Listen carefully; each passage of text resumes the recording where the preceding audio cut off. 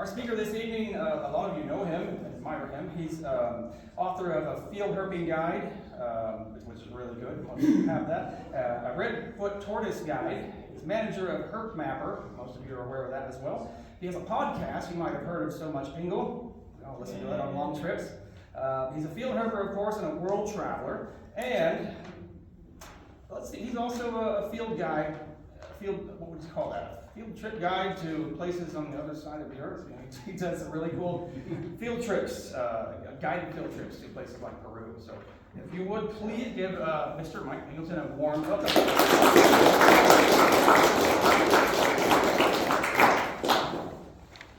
And would you like those lights? Yeah, as we could turn some lights off, that would be great. Thank you for the introduction, Jim. I appreciate that. Can that light go out? Because it's right in my face. Yeah, it should. It should all go off like this. That one, yeah, that one is. There we go. Okay, yeah. Okay. Thank you. It's good to be here to speak with you all again. I want to say it's good to be here in March when all the salamanders and frogs are moving, or as I like to call it, marsh madness. You can use that. So thanks for, before I get started though, I want to say I really appreciate your society. I appreciate all the hard work that you people put into keeping this going. Happy to come over here and talk to you. I think it's a great thing, especially these days when you have so much competition for people's attention. I really appreciate that work you're doing here. Okay, so today I'm going to talk to you about a trip that I made in 2023 to what's called Peninsular Thailand, or southern Thailand, if you will. And I went. It was a full two-week trip plus travel day, so it was quite an adventure. Let's see. Just a quick bio on me. I'm retired. I've done this most of my life. I'm not really a biologist. I was an IT guy, but I spent a lot of time in the field with biologists, and I like to interview them on my podcast and things like that. So I've kind of had my finger in a lot of different pies in the herp world, and so now that I'm retired, I kind of get to do what I want most of the time. Okay, so just to give you, this is a late June trip, which is okay for that region, and of course I flew into Bangkok. This is my third trip to Thailand. I love this country. It's a wonderful country. Even if it didn't have any herps, it would still be a wonderful country.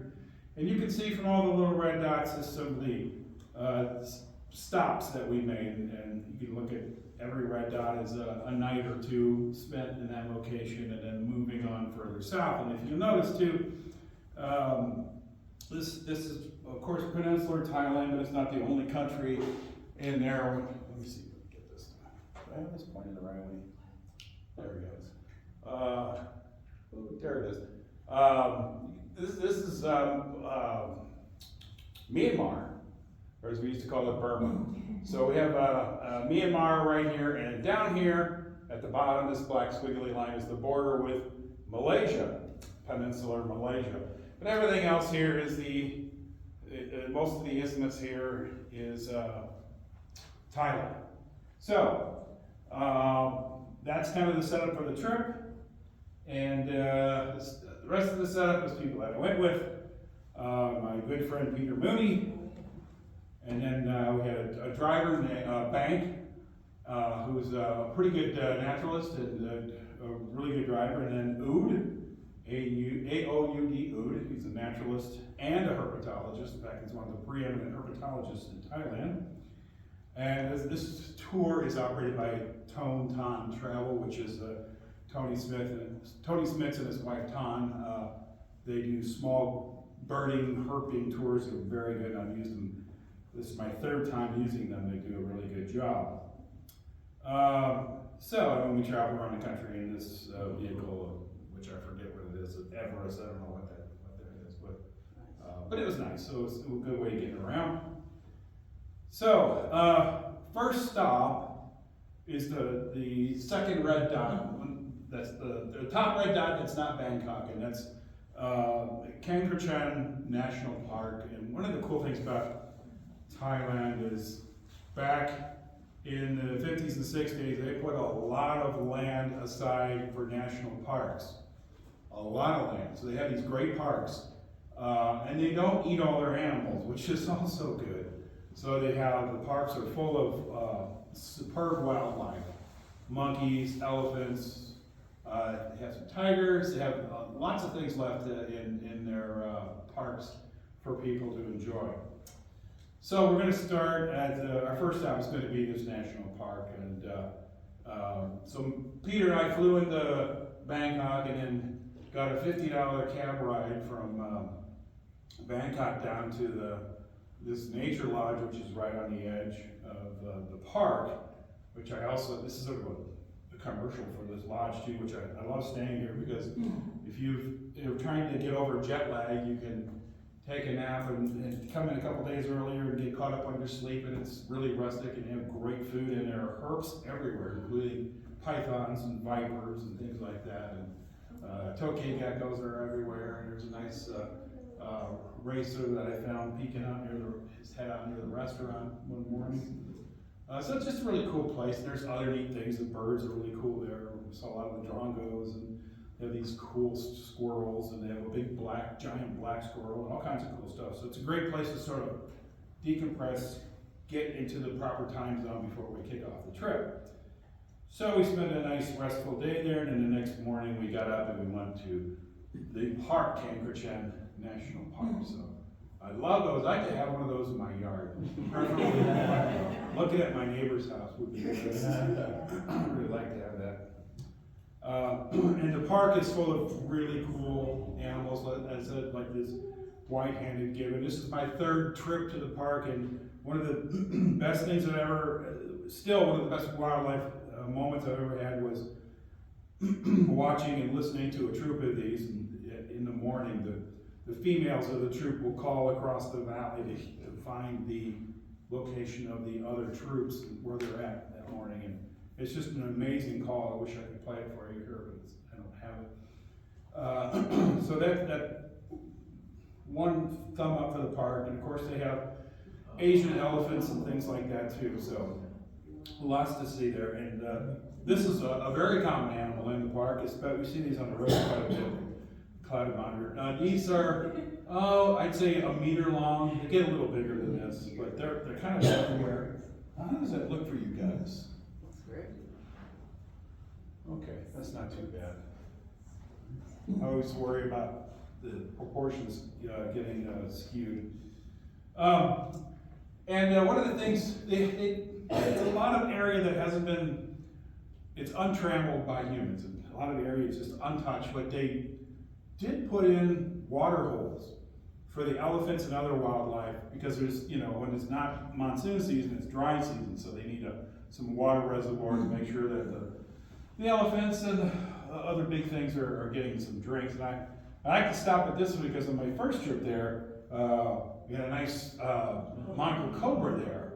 And so I have to stop there every time and see if I can't find that snake again. That was really exciting.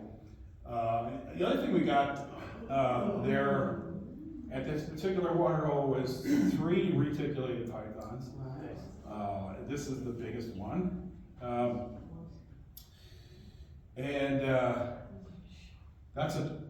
We measured it, it's 12 feet. So that's a lot of python. But I would like to point out that it is, the rainy season is over, it's dry. This python's got a lot of skin stuck to it, which, is no big deal. But, that's sort of the right proportion for a python. It shouldn't be this big waddling thing. So that's what a wild python looks like in terms of its body condition. So this is actually a snake in pretty good condition. And then a 12-footer, I was with 2 people at the time, so I would not have tried to handle this by myself. It was too much snake for one person to mess with, and for the snake safety as well. And would I handle another one? Probably not, but it was fun to see one and pose it and get that out of my system. This is one of the common skinks, tree skinks that we see in the park, and the skink is actually pointing down. I flipped the picture so we don't get a really narrow 3x4 picture there. So very colorful. They hang out on the trees there, and they're kind of live in small groups and use the hollow places and trees and stuff. So very cool skink to see. About the size of our Great Plains skink that we have in Kansas. As I said, they don't eat all their animals there. So they have turtles too, which is kind of cool. And some of the waterways will hold things like this, these leaf turtles, cyclames. So I see these every once in a while in the park. And there's also elongated tortoises and a couple other turtles in the park that I haven't not seen yet. This is one of the, this is an agavid. Canthosaurus is in the agavid family, and this is they call them prickle necks for obvious reasons. And this is a male in all his breeding glory, which I think is pretty cool looking. The females are a lot more drab. They don't have the yellow chin and the dramatic black mask and stuff, and they don't have those dramatic horns over the eye too. But all in all, this would be about the size. This is probably the snout venom. This is probably 10 inches long. So altogether, it's probably an 18-inch lizard. Pretty good size. Threw this in there because this is I love these. We all have stories about snakes you find while you're when nature calls. And this is one of them. Turned up when somebody had to go into the bushes. It's just a little tiny snake, about 5 inches long. It's it's just a little colubrid snake. I had never even heard this snake before, but it was so gorgeous. I'm glad I got to see it and take some pictures of it.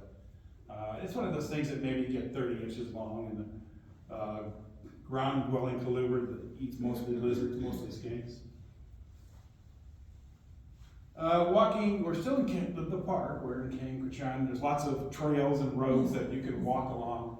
And there's a snake in the center of this picture. As soon as I saw it, I stopped, and I just got my phone out to get a phone shot of it. Green? Yes.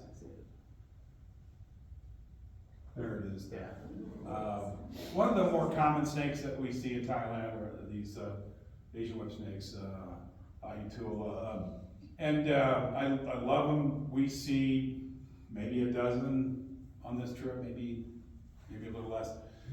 They get to an impressive size. You'll notice they have some modifications here so that they can look, their vision is more forward looking than most snakes. They got concave, the sides of the head are concave and the eyes are set so that they see more this way than this way. So, and that is, that turns them into large green lizard tweezers. So that's what they're just crawling through the brush, plucking lizards, and also frogs. They're rear fanged. They don't seem to bite much. I like to get my picture taken with them. I think they're pretty cool. I haven't ever been bit by one. Sometimes they'll bump you, and sometimes they'll open their mouth. Their mouth is black on the inside, and they'll open it up, kind of like a green snake does sometimes. Open their mouth up and threaten you, but so far so good. I'm still alive. There's a whole different matter here. Again, a snake that found along one of the roadways, actually close to a stream, and tree vipers such as this, Pope's tree viper, are very common. If you find a stream, walk along the stream and look up in the trees, and that's a good place to find these things. Of course, this one has that spectacular, well, it has spectacular everything, but that eye is just amazing. And one of those shots that just kind of blows me away every time I look at it. Oh, this is another snake that turned up just crawling along the side of the road. This is one of the mock vipers, Semodynastes. The Semodynastes is a little group. They used to have their own. They used to be in Kukri, I think. They're actually kind of what we would call a lapid adjacent. They're a rear fang snake. They are allegedly they're not medically significant. They have rear fangs and a weak venom, but one of the things they have is they have a modified front teeth. Up front, they're elongated, like instead of a fang, they're more like I don't know how to say it. Looks more like a little blade. But anyway, they'll open their mouth and it looks like two fangs sitting in there. So it's a bluff display. Now, I'm not sure what animal it is bluffing with these fangs in the front. Could be monkeys, I don't know, or something like that. But anyway, that's where they get their name, mock viper. So they're very interesting in that regard. And of course, they do things that vipers do. You know, they coil up and they do that, and they open their mouth. It kind of looks like there's little viper teeth in there. So, very cool snake. I have been bitten by this species. I took a bite on my thumb, and they're supposed to be mildly venomous. I had a reaction for about 12 hours in my thumb, where kind of like when your elbow goes to sleep and you get that buzzy feeling. I had that for a while, so after that I just stopped kind of handling too much. Like, I'll just be careful with these guys, because I don't know how I would react to that, but it was kind of fun to figure out that maybe this is not a good snake for me to handle with bare hands. This is a very common snake that we're going to see on the whole trip, the little speckled-bellied keelbacks. These are Natricity. They're colubrids, but they're in the Natricine group. You can see the big round eye there. That's a day hunter, sight hunter. But they like to hang around water. So this is sort of like a coach whip and a water snake fell in love. This is what you have here. So they're big frog eaters, lizard eaters. They're basically any small thing that they can find along the waterways, they will consume. Like this guy. This is one of the smaller. Of course, they call them flying frogs, but they're not. They're kind of what you would call a controlled falling frog, not quite gliding frog, but so they have the skin between extra wide skin on between the fingers and between the toes, and you can kind of see how that works. I'd love to see one come down. I have not seen that yet. Still waiting for that moment. I rolled over a log and I saw this gorgeous little thing. And Ood, our herpetologist, said, "Oh, that's the Rukadeva. I wrote our paper on that came out last year. We just described this thing." That's when you know you're with the right guy.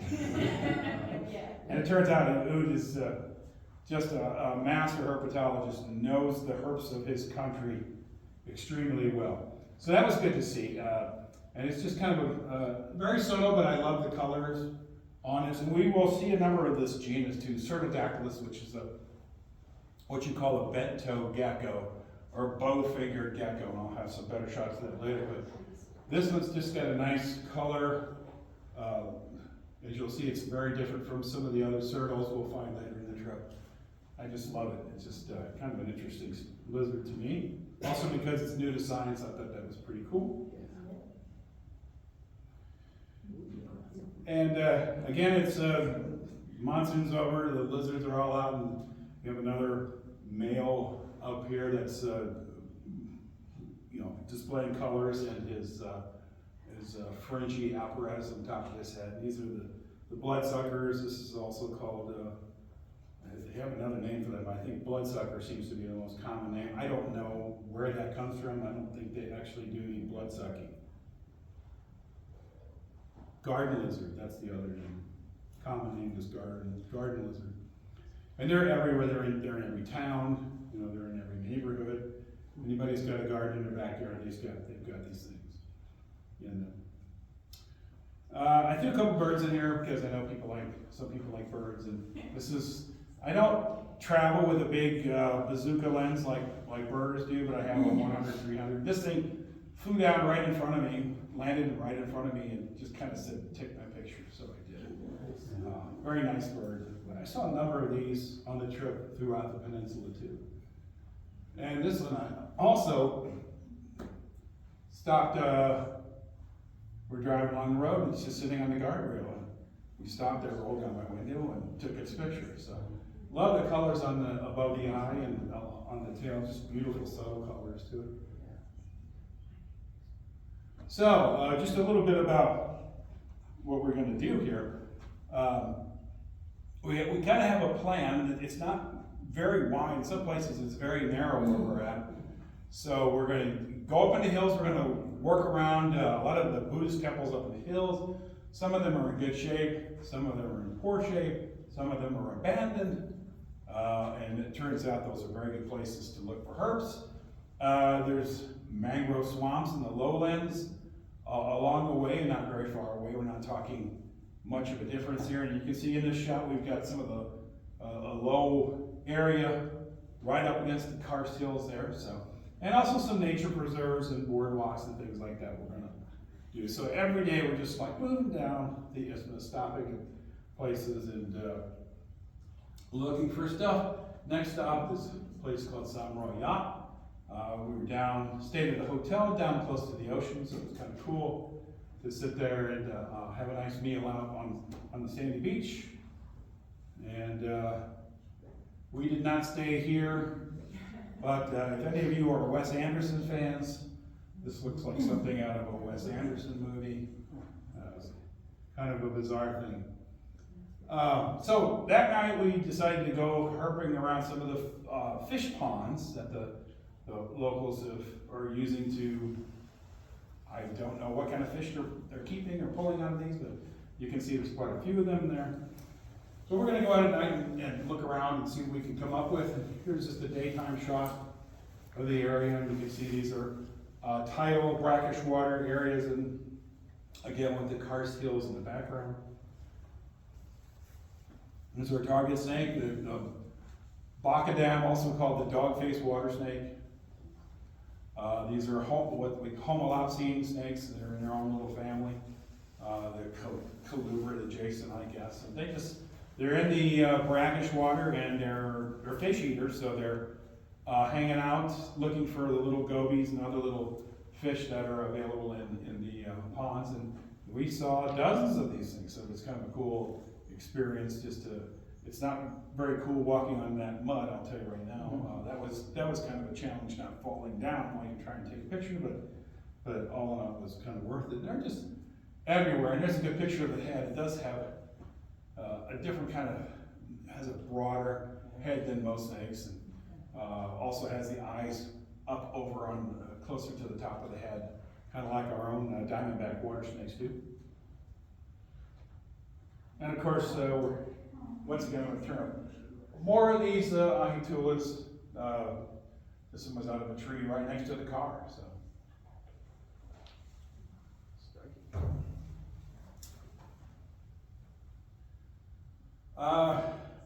So as I said, some of the Buddhist temples are just magnificent, like this one. And it's kind of funny, we would respectfully, Bank or Oud would go find somebody and say, hey, we're going to be poking around. And it was perfectly fine with them. They couldn't care less what we did around the grounds. Every place we stopped, they were like, sure. So that was nice. So this is a spectacular one. You think, well, where would the herps be? Well, the herps are all around here. Specifically, I look at the bluffs there and the trees at the base of the bluff, and that's going to be a hot spot for some herps. And of course, at night when you're walking around these temples, it's kind of you find some interesting things when you come around a corner. So, statuary everywhere on around these things. So I showed you before a 12-footer retic. I was off by myself, coming around the back side of the temple, and this was much bigger than 12 feet. I don't know how big it was, but it was a big snake. It was just coming down, as you can see, it's coming out of a big, like I don't want to say a cave, but a big crevice in the rocks. And so I took it, right away I just took a safety shot, and as soon as I took a picture, it pulled itself back in there. And this was a big one. This is the biggest snake I've seen in the wild. So I don't know. I'm sure it's over 12 feet long now. Pretty big one. And again, up at the base of the bluffs around the temples, a great place for these little pit vipers. This is a very recently described in the last 5 years. This is an in situ of a little guy. Those bluffs have a big tangle of vines and vegetation up against them, and that's just a great place for these guys to hang out. So that was an easy payoff there. And they're just a spectacular snake. There's another larger one that we got, same general area. It's just beautiful. That's kind of a similar theme. As we go down to the Malaysian Peninsula, we'll see snakes that are a little bit different genetically and physically, but all kind of that same green with some red markings to them.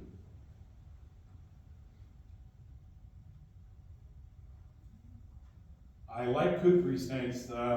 This one was found about 10 foot away from the previous slide, the viper in the previous slide. While we're taking pictures, I looked over and it's like, oh, well, there's a Kukri snake crawling along. So this is, these snakes are interesting. There's a lot of work that's been done on them recently to figure out what they are and what their relationships are to other snakes. They're called Kukris because they have some interesting dentition in their rear fangs are kind of interesting. A Kukri is in Indonesia is a knife that looks like a boomerang. It has a sort of an angled blade. And their dentition, their rear fangs are the same way. They have these big bent teeth in the back of their mouth, which is one interesting thing about them. But recently, sometime within the past 4 or 5 years, they found that at least three species of Oligodon will use those I don't call them fangs, those teeth, to tear open the bellies of frogs and toads and then ingest their internal organs. So we all know what our snakes do here. They swallow everything whole. So this is a little bit different approach with this genus. Why they do that, and sometimes after they eat the internal organs, they will eat the toad or frog. They'll consume it afterwards. But why they do that, what the benefit of that, I have not seen anybody put forth a good explanation for that. But I just thought that was very interesting. It's just cool to see these snakes and think about their natural history. And I've got to keep my hands away from the mouths of these guys too. Those teeth are pretty large, and they will bite. Yeah, I like that one a lot. One of the little Dixonius is a genus, little rock geckos. They're found across Southeast Asia, and this is the prettiest Dixonius I've ever seen. This one here, that racing stripe and the yellow tail are just super cool. So again, the next day we moved on, and a lot of these temples are built up against these. I don't call them, I guess they're hills, these limestone outcrops, which have caves. So they incorporate the caves into the temple. And most of the temples that we visited have these great big, impressive guardian snakes / dragons outside the entrance, which is pretty cool to see. And so you can, again, we can go in, we can walk around and check them out. And there are a few monks around in the area too, but they didn't seem to really care what we were doing. So in the cave that the mouth of the cave, 100 feet back, there's a little side passage, and went down the side passage, which then kind of curved and went down, almost straight down, and at the bottom was this retic. This is, best I could judge, this is about a 3-meter snake, 9-10 feet down there. And got a nice meal in him, probably one of the temple dogs. You know, that's a good supply of food for them. So that was kind of fun to see that thing. It was down here just kind of working off its meal. You deal with the spider with us on the wall? I'm glad you, I don't know, but it's big. Yeah. Yeah. I'm not sure, but thanks for noticing that. Yeah. I guess I could have taken a picture of the spider and then said, oh, by the way, we got a python too. So that was you know, we've got some good experiences with retics so far on the trip. This is around another side of this temple. And again, if you see that golden thing over there, it kind of looks like C-3PO over there. But it's just a bronze, it's maybe gold, I don't know. It's a statue of Buddha or a monk, I'm not quite sure. But there's all kinds of little niches and holes along that bluff where they have little, you know, statues and little offerings and reliquaries and stuff. But that's just a great place for vipers and other lizards and, you know, other herps. So always worth checking out because that's exactly where we got this guy. This is the beautiful pit viper, Venustus. Yeah, again, you can see the common theme here. Green and that, I don't know what that red is, almost a blood-colored red or a purplish red, if you will. Yeah. Up near the front of the cave, you have all these interesting statues of famous monks. The second one from the left appears to have a new head. I don't know what the significance of this, but everywhere we went, we saw these statues of monks and religious figures. But I was much more interested in that wall behind because that's a great place for vipers. And sure enough, we did manage to find a little guy, a little neonate, Venustus up. And you can see the leaves. He's right behind the statue head there. That's where he came from. His head's a little blurry, but I hope you forgive me for that. But it was just kind of cool. Pull him out, take his picture, reach over the heads and put him back up in the leaves. What an adventure. Later that night, we went and found a boardwalk out that went out into some mangrove swamps. So this is, again, a little bit different type of scenario. And we went here for a specific snake, and that's the mangrove pit viper, Herping immaculatus, which is, you know, quite a bit different from the ones we've been seeing. I love that color. Almost looks like it's been carved out of wood or something. Just a beautiful snake. We managed to see a few of these things as well, and these are out moving around near the boardwalk. And again, it is a mangrove swamp, and the tide is down, so there's just kind of a muddy area there, and they were out working around it. Got a little juvenile in the same sort of scenario. So 2 of those snakes that night on the board, or near the boardwalk. And there are other things out there as well, including these Hemiphyllodactylus. This is a genus that was new to me, but I really like the elongated body. It's kind of an interesting looking gecko.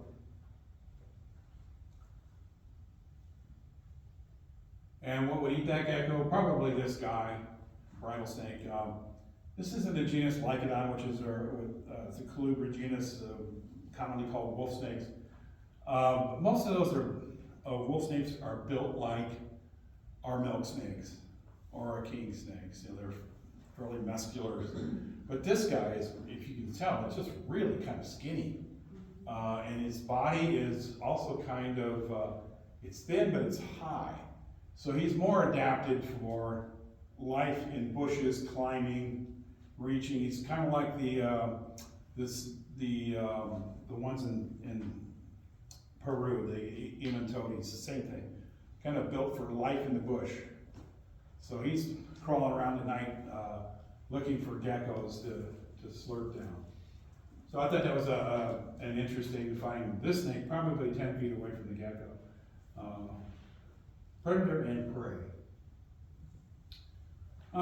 Just to know, like I said, every day we're staying at a new place. We rarely stay at the same place more than one day. We're hopping down Peninsula. So we're staying at, we're not staying at big hotels, we're staying at these, I don't call them Airbnbs, but they're little 2-room and 4-room motels, if you will, that owned by local people, and you know, our guys arrange all this and set it all up, and we just show up. And for food, this is breakfast one morning, so you're not getting up and having pancakes or oatmeal. You kind of gonna eat what the local people eat, which is fine. You know, most of my meals down there were excellent, and there's a little egg on there that tells you it's breakfast. So. Okay, back, and we're visiting yet another mangrove swamp. We moved on a little further, and we're going back into another walkway, and Bank discovered another pit viper off the trail, so he kicked off his sandals and started monkey hopping out into the mangrove swamp. I gave him my little snake hook, and he managed to pull this guy back. It's just another one of those mangrove pit vipers. That's what they look like in the daytime. And brought it in for us to take a couple pictures of, and just took it right back out, and put it right back where it came from. So. Of course, we're in the estuary. We're in the tidal estuary area, so there's things like mud skippers, which are always fun to see, and of course, you know, crabs and things like that. It's always fun to watch the crabs and the mud skippers and that kind of scenario. And we also saw a number of these guys hanging out. And again, I've turned the picture. This animal is facing down, but it just looks better this way. Of course, tokays, you know, they're big lizards, about as big as they can get and still stick to a wall, I think. Just, it's fun to see these. I saw these every day. I heard them every day. Every night, you know, they do their tokay call at night. So it's just a cool companion animal for the entire trip. And we got another one that was pretty cool, the parachute gecko. And most of you know this is in the genus Tychazoo, but they've done a great big revision of these and stuck them all into the genus gecko. Even though these are the some of the geckos with the modifications to the tail and skin surfaces on the limbs and on the sides of the body, so that they can do a controlled fall out of a tree, which I'd love to see someday.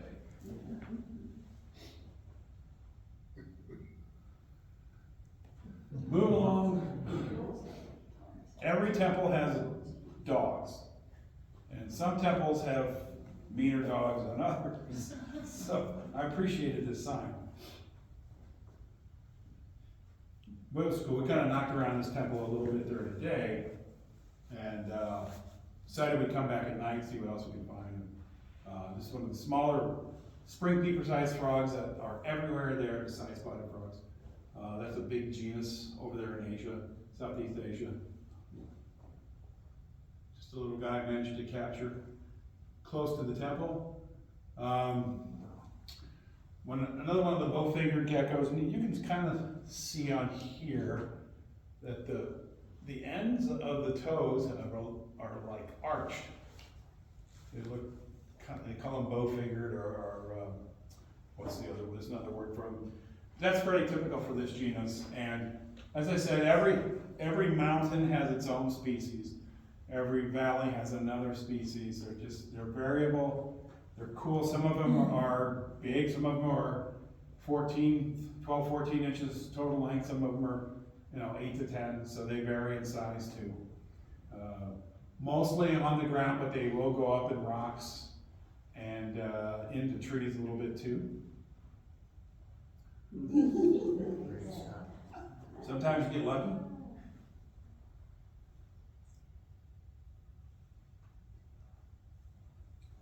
More green and purple pit vipers. This is an in situ shot of the Phuket pit viper, and this is on a pretty steep hill, so I had to kind of scramble up on the, crawl on my side up to get a shot of it before so it wouldn't disturb it. But you can see it's in ambush mode.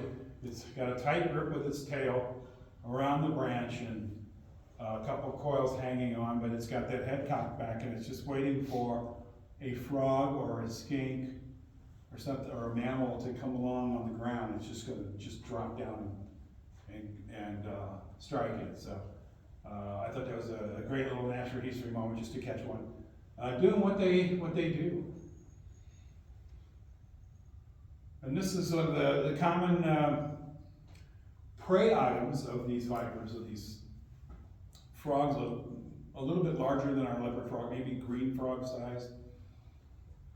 Erythrea, these are wide range across Southeast Asia. Big, robust frog that can really jump, and the principal prey item for these vipers. So we're still goofing around this temple, and one of our guys points out this ball viper way up in the tree, and it's probably 20, 25 feet up.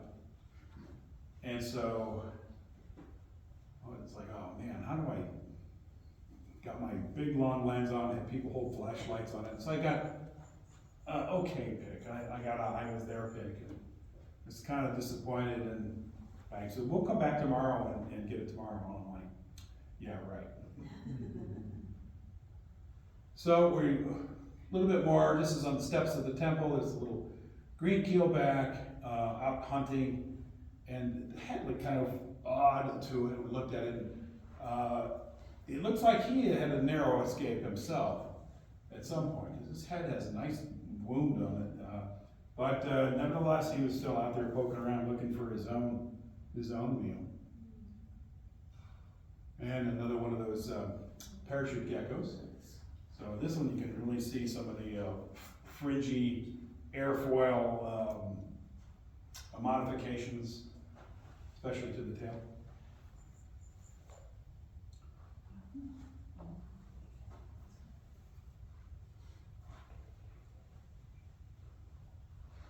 The genus Borgia is like our rat snakes. They're pretty much an arboreal species, and this is probably my favorite in the genus that I've seen so far. Some versions of this are all green, but I love this one with the orange body and green head. Just a spectacular animal. It's about 4 feet long. And I think maybe they call them cat snakes because of that eye. But holy cow. Just kind of knocked me over. It's one of those things where you find it and you just almost want to just sit down and go, okay, all right. Also, a nice bronzeback. Dendrolaphus is kind of like our equivalent of a coach whip or a racer. You can see it's got great big eyes. It's a day hunter. At night, they go up into the trees. Before they go to sleep, they poke around in the trees looking for a lizard or something to eat, and they'll sleep, 8, 10 feet or higher feet off the ground. They'll go up there and sleep in the branches. And then they have prey items like this. This is another one of the agamas, Bronchocela. This animal is probably about 8 inches long, snout to vent, plus you've got a long tail. But that would be a great meal for one of the bronzebacks or the cat snakes. Perfect thing that they're looking through the bushes for at night. Well, we went back to the temple the next morning, went to breakfast, and as he said, it's still there. But it's way up, and so the light was terrible, so I ended up having to go. This is close to the road, and on the other side of the road there was an embankment went up about 20 feet, so I crossed the road and went up the embankment so I could at least shoot and not get all the sun. So I did manage at least to get a shot of it. Because I don't know, this could be my only shot at Herpetological waggleri, which is that was one of my really big targets to see. It's an amazing snake, obviously.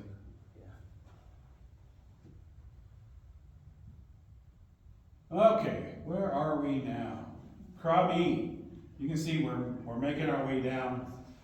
We are starting to get close to the Malaysian border, and so we're starting to see a lot of Malayan influences. We're starting to see people that are Muslims, and all the culture and all the food that comes with that. We're seeing fewer Buddhist temples, and it's just kind of culturally shifting as we go. And all the dogs hide under tables. So in Krabi, there's a little, I don't want to call it a park, it's the grounds of an old temple. And the town grew up around this temple. So Oak says, well, we're gonna go we're gonna do some city herping tonight. Okay, so we go, and you can see the fellows have something there, and here is a storefront right here, which is right here. And there's a sidewalk and a bus stop right there. Just to give you an idea of what we're doing. And probably 10 feet from the sidewalk is what many people call a Malayan landmine. Malayan pit viper, which is kind of like our copperheads and our moccasins. In fact, at one point they were in the genus Kisternot. Little pit vipers, their coloration helps them blend in with the leaves. But also I want to point out that this stripe also has a caterpillar mimicry component. So if you're just sitting there and a bird sees what it thinks might be a caterpillar, it might come over closer and it'll, boom. So I thought that was an amazing thing. This one had just envenomated a frog, or one Rana erythrea that we saw earlier. It had just envenomated it. So we missed seeing that by, I don't know, minutes, 2 minutes, 5 minutes. So we decided just to let it go and let it, have its meal and not disturb it. There's nothing worse than disturbing an animal and for some reason it doesn't eat what it's just envenomated. That wouldn't be good. So we just backed off slowly, came back, I don't know, probably a half hour later, and he consumed it and then went right back into ambush mode. So that's a smaller one. This animal is probably about 20 inches long. And then here's this third one. We found 9 of these at this spot in town. Noise and traffic all around us. People at the bus stop with their backs to us while we're taking pictures. It was just an amazing experience. And what is sitting on there? Is that another insect? I'm sorry? Is that the little green insect sitting there? Looks like it. It's like a little grasshopper. Like here? Yeah, like a cricket. Yeah, I don't know what it is. It's a little something or another.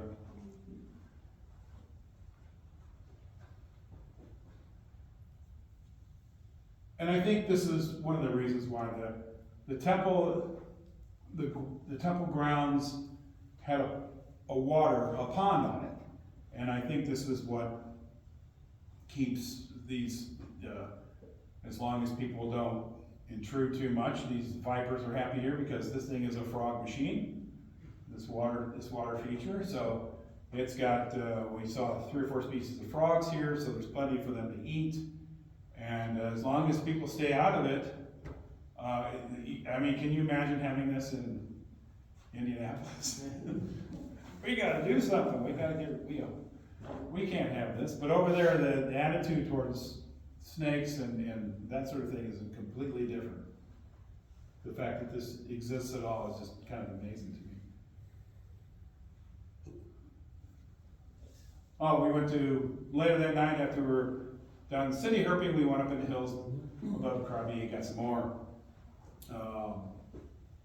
herps, including this undescribed bow-fingered gecko. So this one's on the life lister, so it always bothers me when they're undescribed. And when will you describe it? You know, you're always waiting to find out what it is, and you can add the name to your list. Another Venustus from that night. Yeah, and this is just us parking on the side of the road and walking along the side of the road up in these hills, and these things are, you know, doing their thing. Just an amazing snake. Another one. Just the color variations are spectacular.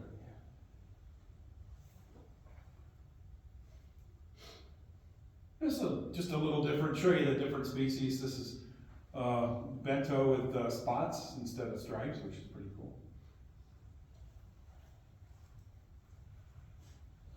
Moving further south, we came across yet another boardwalk. This one had like hundreds of people around, even though you don't see them here.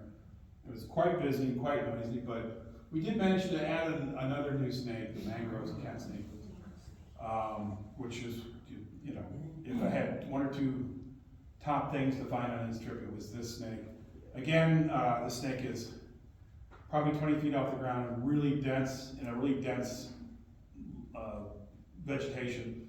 So I spent a lot of time trying to find an angle where I could at least get a shot of part of the snake. I managed to get a couple shots of it, but it was kind of tough to see it clearly. And obviously, we weren't going to get our hands on it or anything. It was way too high for us to do anything about it. But it was cool to see one.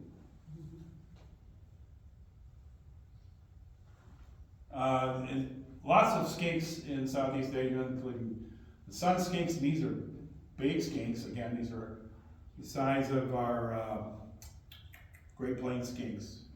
Big, heavy-bodied, you know, foot-long skinks that many species of snakes will prey on.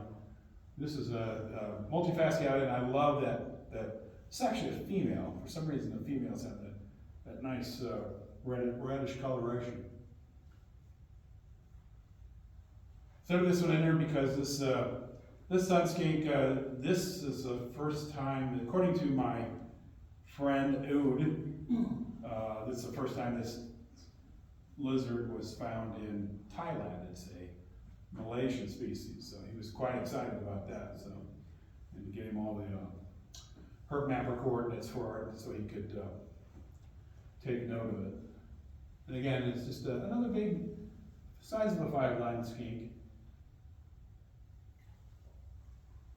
Well, that night we managed to find yet another palm pit viper, another one of the Tropidolaemus waggler's pit viper, and this one just a spectacular animal. And this species is incredibly dimorphic. This is a female. She's probably close to 1 meter long. Got a fairly heavy body plan. The head, of course, is what's famous about those snakes. They have this great big bulbous head. And about 100 feet away, we found a male, which is none of those things. It's slender. The head is a lot smaller, and it looks like it's some completely different species of snake. So it was great to see both the male and female. Beyond all my hopes on this trip to see both. So.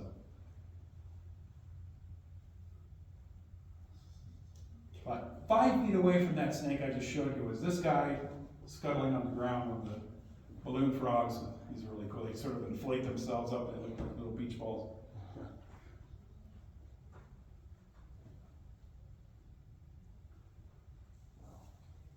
These are the copper cheek frogs, the chalcobranas, are pretty much everywhere. They're kind of like our leopard frogs, just numerous.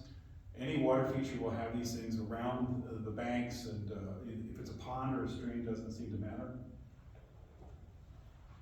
And of course, a nice frog. So there's a snake that I've been wanting to see ever since I saw one at the St. Louis Zoo in the early 70s, 1970s.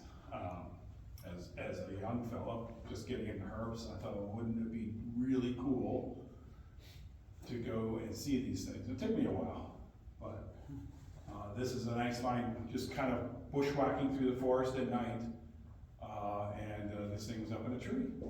So, yeah, yet another big bucket list animal.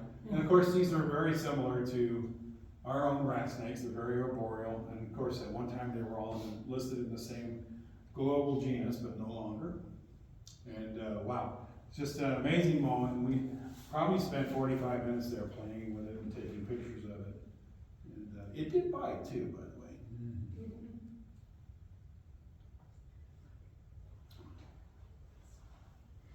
Probably the most common toad we see down there. They're about the size of a fowler's toad, maybe a little smaller. They're just kind of everywhere. And this particular night, there were a lot of males calling along the stream bed. So tried really hard to get a picture with that full vocal sac inflated, but they're really shy. So that was the best vocal sac picture I could get of that evening.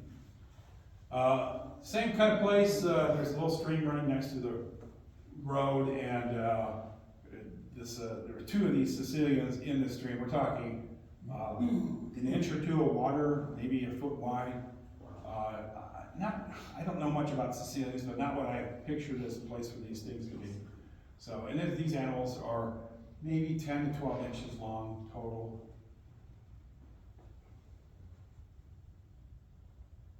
More cat snakes. More boy. The dog-toothed cat snake is probably the coolest common name ever. And then we got a different species, same night, same trail. And he's eating one of the Aphaniotis lizards, one of the agamids. Managed to get a nice series of shots of the lizard going down the cat snake's throat. Another one of the big frogs here that, there's not an ugly frog over there. I don't think they're all good looking. This one's about the size of our green frog.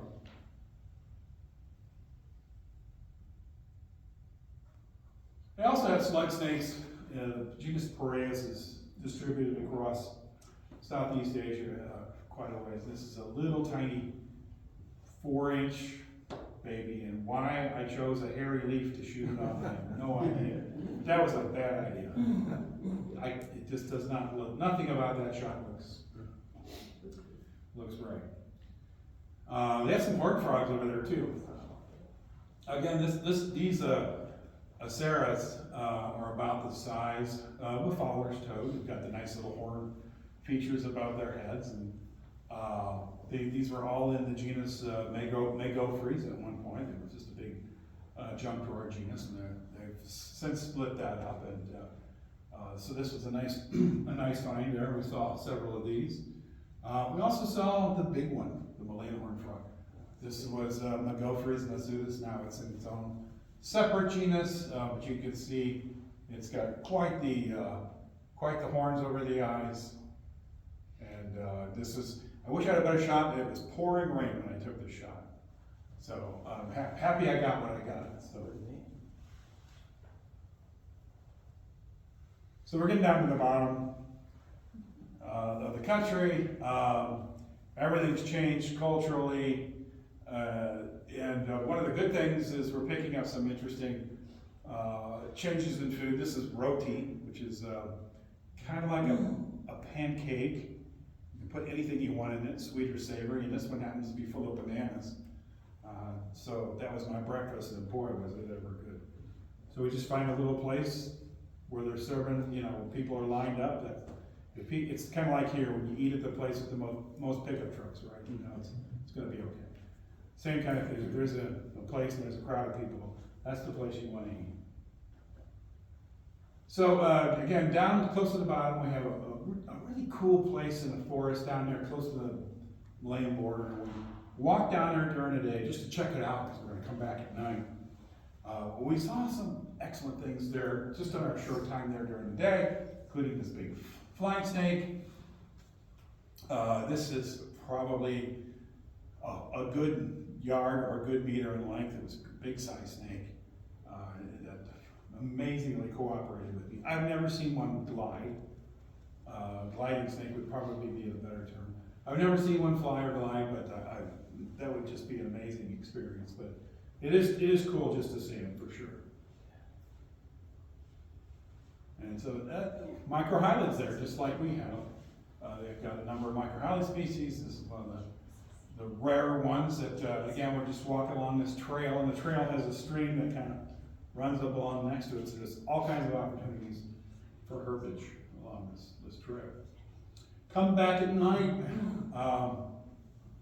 This one was fun because we walked along the trail, all four of us, and I just happened to turn around and shine my light behind me, and it was coiled up in a bush about head height, and we couldn't see it this way, but we could see it this way, so we managed to get it out. This is probably an 8-foot snake altogether. Didn't measure, but that's my guess. I'm pretty good at guessing these things, but it's about an 8-foot snake. Of course, these are very similar to our own rat snakes, kind of like a coach whip / bull snake. But they do have, you'll notice they have a really sharp, like a triangular shaped body plan, right? If you look at it in cross section, kind of like bushmasters and some of the other snakes, so kind of different. And they're bitey. In the stream, as I said, there was a stream there. So a couple of these Xenochorophis keelbacks, and these are animals that are looking for frogs and fish. And this is a daytime snake, but this one happened to be out at night cruising around, which is good for us.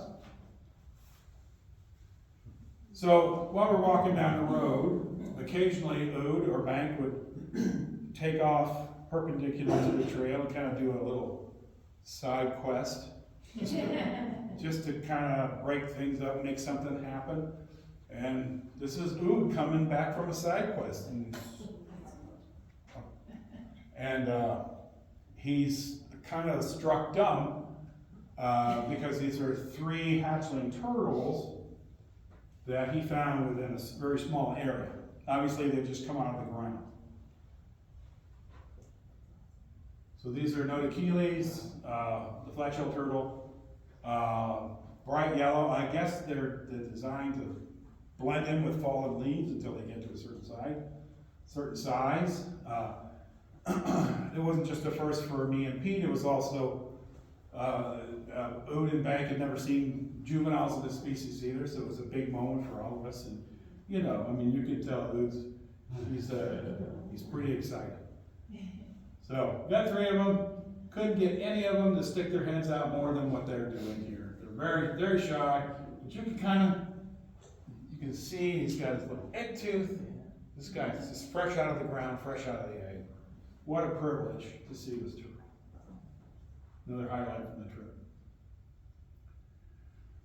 We managed to find yet another pit viper. I like this one because, I mean, they all kind of look the same maybe in certain ways, but look at the size of that. It's got like a lance head shape to the head. Long and slender, very cool. Also that green on that ventral is just amazing. Just a cool snake to see. Red tail. What's that? A red tail. Yeah, yes. Oh. Everybody likes Draco. I've seen a number of Draco going from one tree to the other and back here and there on various trips. Never captured it on film or video. Very disappointed, but just to see one in a tree was pretty cool. Now, this is what they would look like gliding if you were looking down on them, but this was me Ood holding the lizard by the tail so I could get a shot with it open so you can get an idea of what it would look like. So Fortunately, they don't have removable tails or tails hanging on. So that's just a sort of an instructional shot just to show what these things would look like as they go from tree to tree. That's the rib cage? Yeah, it's the rib cage, and then these are the ribs, and then this is the skin, modified skin in between. I'd like to see some kind of anatomical drawing that explains this better to me, because I'm still having a hard time wrapping my head around how this actually works. One of the bigger flying frogs, again in the genus Rhacophorus, and these are kind of cool, but you know, I'm taking some pictures of it, and I like the picture, but this is all a hot mess. This is a gliding frog, a flying frog. This is not telling me that story. I don't know what that is. It's just it's a lot of toes, it's a lot of fingers. I don't know what's going on there. So, there we go. Now we understand what's going on here. I couldn't get it to spread the feet the same way. And I did this, we had a big leaf 2 or 3 feet away and let the frog jump at the leaf and then take the picture. Just so they can get an idea of what these things actually look like with their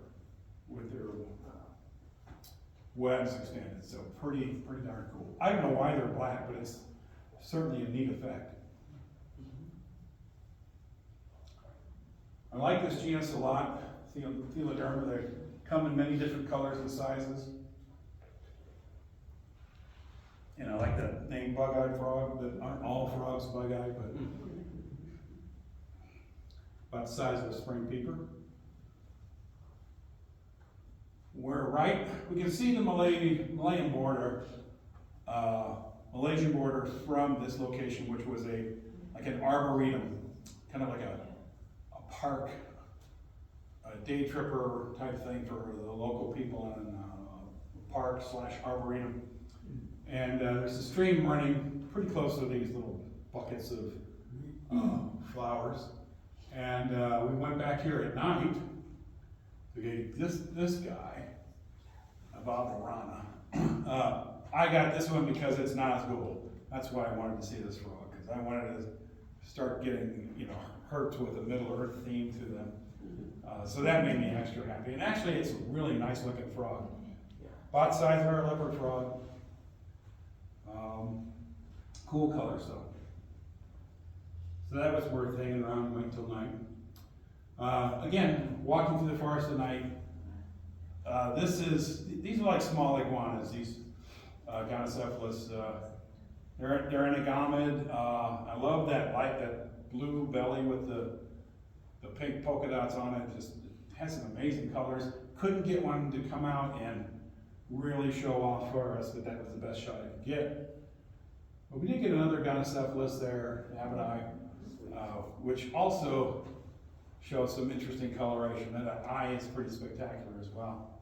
And again, these are tree dwellers. They run up and down the trunks and eat whatever insects and small lizards they can get a hold of. They're pretty good size. This animal here is probably 2 feet long with its tail. Another really cool small frog. Little cinnamon tree frog, which are fairly common. Of course, you put a flash on them and all those white coloration pops back at you. I like to throw this one in too, get close to the end here, but this is the sucker frogs. These are also called torrent frogs. If you've got a stream with any kind of a waterfall or ripple to it, these guys stick to the rocks in that area, and for some reason I don't know if they're taking advantage of food there or hiding there.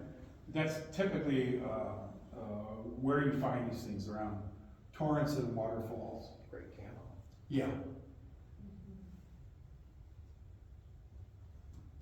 Gecko smithy, which is as long as a tokay, not quite as bulky, a little on the slimmer side, but that green eye is pretty spectacular. Last snake of the trip, last hour and last night, coming out of the trail to the parking lot, and we're parked at a temple as per usual, and coming out where the car's parked, and this guy was crossing in front of the temple, so. About probably close to a meter in length, nice big blue crate. Of course, none of these crates ever cooperate, much like our coral snakes. It's very difficult to get them to sit still and get any kind of a pose. So I was happy I got at least something with the snake kind of bunched together. And again, we see this triangular body plan. They have a fairly tall or high body. It comes to a point here and it's kind of a triangular shape. So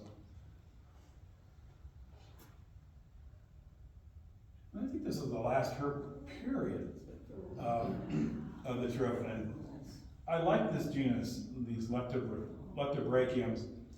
This is the typical posture for these frogs, and you see them on the trail. You shine your light up the trail, see these orange eyes coming back at you, and they're like this, and they're looking for something to eat.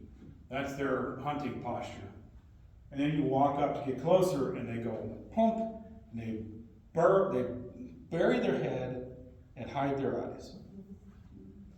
So I saw one of these off to the side, but I'm shooting it through a hole in some bushes.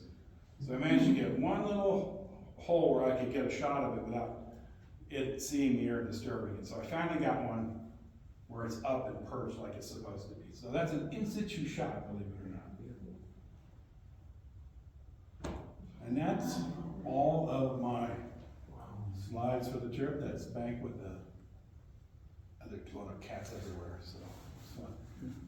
Special thanks to Ood and Bank and Peter. We had a pretty good time. And if you see a sign like that in a Thai park, pay attention, because the elephants are cranky and you don't want them mad at you. Just a couple of plugs. Of course, I have the Field Herping Guide, which I brought some copies along with me. And of course, I have to promote the podcast too. I'm coming out with episode 111 this coming Sunday. So, just wherever podcasts are sold. So thank you, folks.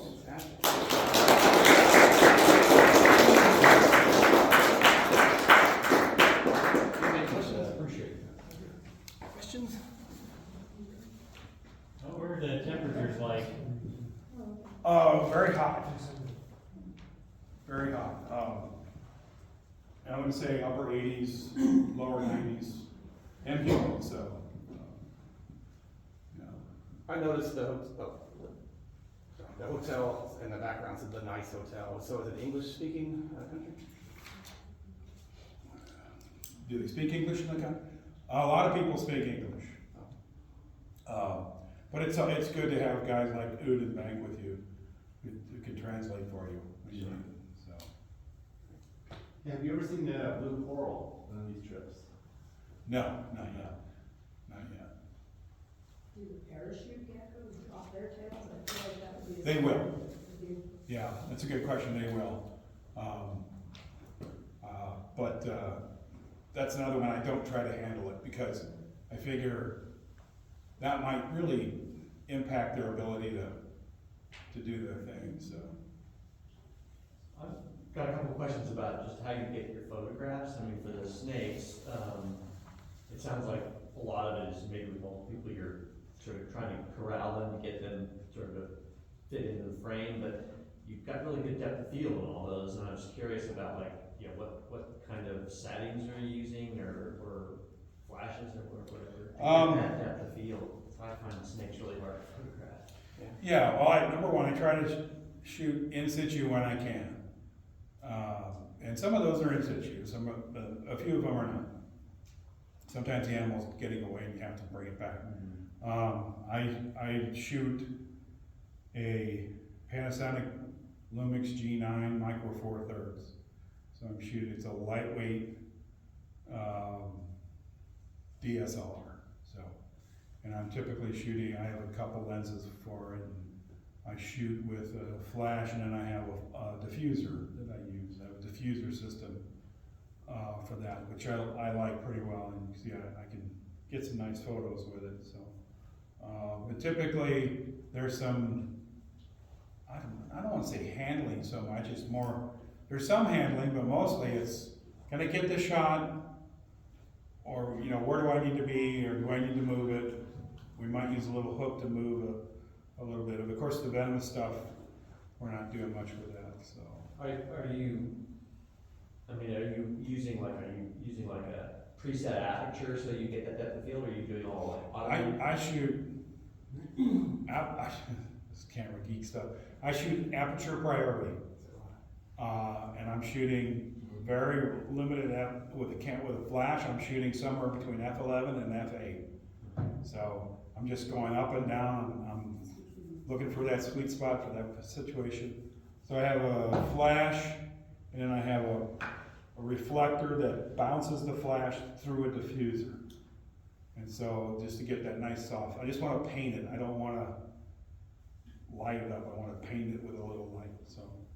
What's your focal length? 50 or? I'm sorry? What's your focal length for your lens? I'm shooting either a 1260, 12 to 60, which is not really a macro, but it kind of is. Or I'm shooting a 100, 300, and then I have a 45 millimeter fixed macro. So that's generally what I use. So I try to keep it as simple. I don't use full frame because it's so heavy. All that equipment is so heavy. So I like the micro four thirds. It's about half the weight of the standard rig. So. I'm really used to herping here, so you know it's very on the ground, flipping rocks. But when you're seeing these snakes like 20 feet in the air, is it like birding almost, or do you just like see them move? Or That's good. It is. It's a different component in here. It is a instead of like this, you have a whole half bubble of visual of places you have to look. So you have to, and anywhere in the tropics is like, anywhere where there's a forest in the tropics is like, you're looking up, you're looking near, you're looking back. so is there like a lot of stopping and like? Yeah. Okay. Yeah. So there's 4 of us, so that's 8 eyeballs. So usually, you know, that's better than one person. You're going to see more things than 1 or 2 people, especially when you have 2 really good guys who know what they're doing, know the country, know the animals. That helps out a lot too. So, I mean, I found some things, but they found a lot of things. You know, they were like, whoa, over here, look at that. But after a few days, it's like you start picking up. You just get better at it, at seeing the animals in the trees and bushes and stuff. So it's just and then I go back to the hotel and I dream all night about. So, you know, every night I would dream about hunting in the forest. So. Yes, sir. Yeah, just a couple of comments. Some of these people probably have too. They've kept a lot of those animals that you saw there, so it's really kind of cool, you know. Yeah. And it's interesting too that all those animals, several of them, many of them, with adaptations to glide and fly, the frogs, the geckos, Yes. the snakes. Really cool. And Yeah. I don't know why they're in that one area, but Well, and the frog thing is, I think it's an old world, new world, old world, what do we call it, neotropics, old world tropics. It's an adaptation. The frogs live in the canopy and they come down to the ground to hunt at night. There's more prey down closer to the ground. So what's the best way? Number 1, escape from predators, yes, you get away. But also, they just drop down when they're ready to go down to hunt. They don't crawl down. They come down. So they get some food, right? yeah, so that's another good reason. It puts them right where they need to be. So Very cool. Is that your answer? Makes me think of a related question, which is, since you also spend time in Amazon as well, are the tropical forests there structurally very similar? Because I know, like in Panama, where I've been, one thing I've noticed is that because you have so many vines, you definitely have lots of, you know, structure. It's not just like there's the trees and then the ground, but are these Yeah. Asian tropical forests very similar? Or they They're completely different in the flora that makes up the forest, right? Because Asia, it's all what they call them, dipterocarp trees, all different. But it's the same thing. There's niches. There's short trees, tall trees, bushes, vines. So it's the same sort of vegetative milieu that you're looking at and poking through. So very similar. Less ants, more leeches in Asia. I heard somewhere that the density of trees has something to do with more flying or gliding things in Southeast Asia. That's what I guess I've read that somewhere. I can see that, yeah. So as opposed to Central America or South American Yeah. forest. I don't know the truth. Yeah, I could see where that makes sense too. Are the leeches the terrestrial ones? Yes. I've heard that. And they weren't bad. We had one night when we were looking at the big horned frog. We had one night we were walking on a trail, and you know, there was just all over me and Pete. Of course, I'm wearing big rubber neoprene boots, and they're just everywhere. And I'm spending all my time just flicking these things off. And then the heavens opened up and it just rained, sheets of rain, and I'm like, thank goodness. We went back to the car. I was never so happy, because I can take a leech or two here or there, and so it was fine, but there were just hundreds of them, and it was a little bit much. So, you know, but people think we're weird, but we are kind of a little bit. That's right.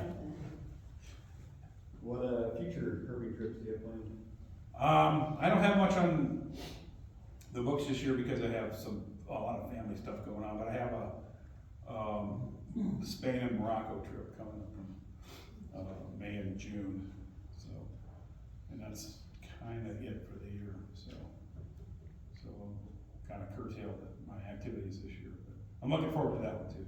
Trying to do that in COVID year, and all that got whacked away in COVID, so trying it again, so. One last one Yeah. for those who might want a field guide, how much you sell on a field guide? 25. Okay. Do you take non-cash? Yeah, Fantastic. I could do PayPal. Perfect. Okay. Yeah. Thank you. Thanks for listening, folks. I appreciate you having me. Thank you.